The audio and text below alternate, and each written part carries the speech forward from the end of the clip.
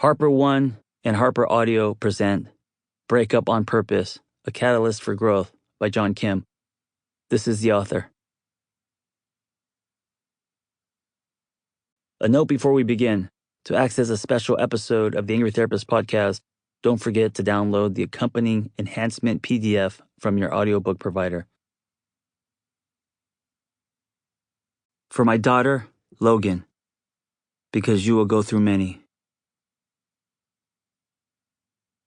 Someday, it's all going to make sense. Introduction. When people aren't used to asking for things, they either announce it with a hard line that makes you wonder who this person is, or mumble it casually under their breath like they're asking you to pass the ketchup. She did the latter. I could tell it was hard for her, but I wasn't thinking about her. I was thinking about me, as usual. She wanted a separation, but I didn't feel the weight of what that meant because I saw this as an opportunity to finally give her something. My chance to be a man, a good husband, something I hadn't been since we'd gotten married 5 years ago. We were no longer young artists in Hollywood trying to make it, romantic and dreamy. She was traveling the world and working on movie sets while I was wearing dishwashing gloves, picking up dog shit, and accepting the failure of my screenwriting career. In other words, about to hit my rock bottom. Besides, it's not like she was asking for a divorce. She just needed some space. She said it would make us better, and I believed it. Got it, heard, done. This time, no pushback. Whatever you need. This was my opportunity to be a better husband, a better man. The separation request quickly turned into, can you be out when I get home?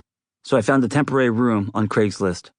Then once I was out, she wanted a divorce. This time, with firm lips and a hard line. It was then that I realized there was no escape plan the entire time. There was no us getting better, only her getting away. I left with nothing but my Tempur-Pedic pillow. She got the bed. I was 35 and starting all over. I had nothing. No money, no friends, no career, no sense of self, no direction. No idea what my life was going to look like. She had just booked a series regular on a major network that could possibly give her financial security for life. I had emotional whiplash, debt, and a new lock on my bedroom door to keep out my possessive and controlling roommate. I felt lost and left behind, held back because I flunked love. I didn't just lose a marriage, I lost everything that could have been. The picket fence, matching BMWs, kids, and pancakes on Sundays, being best friends with my daughter, family time, soccer games, all of it gone. The poster was ripped down overnight.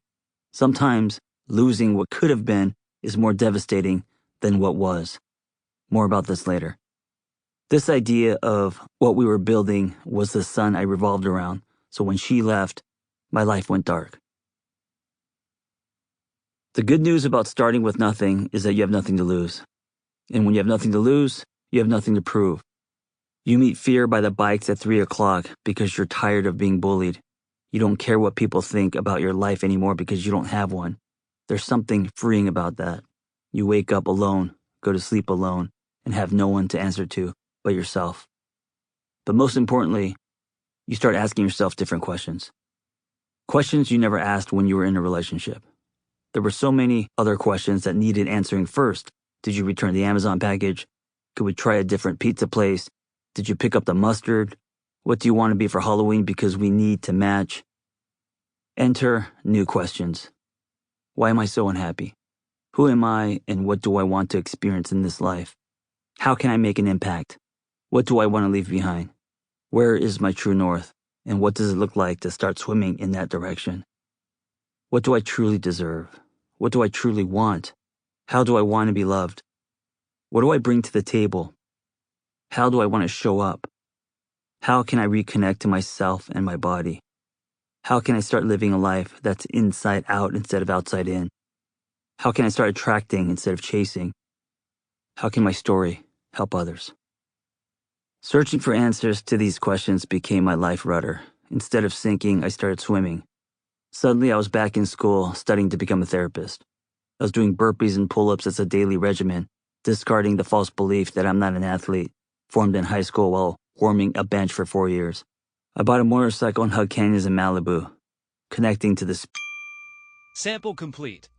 Ready to continue?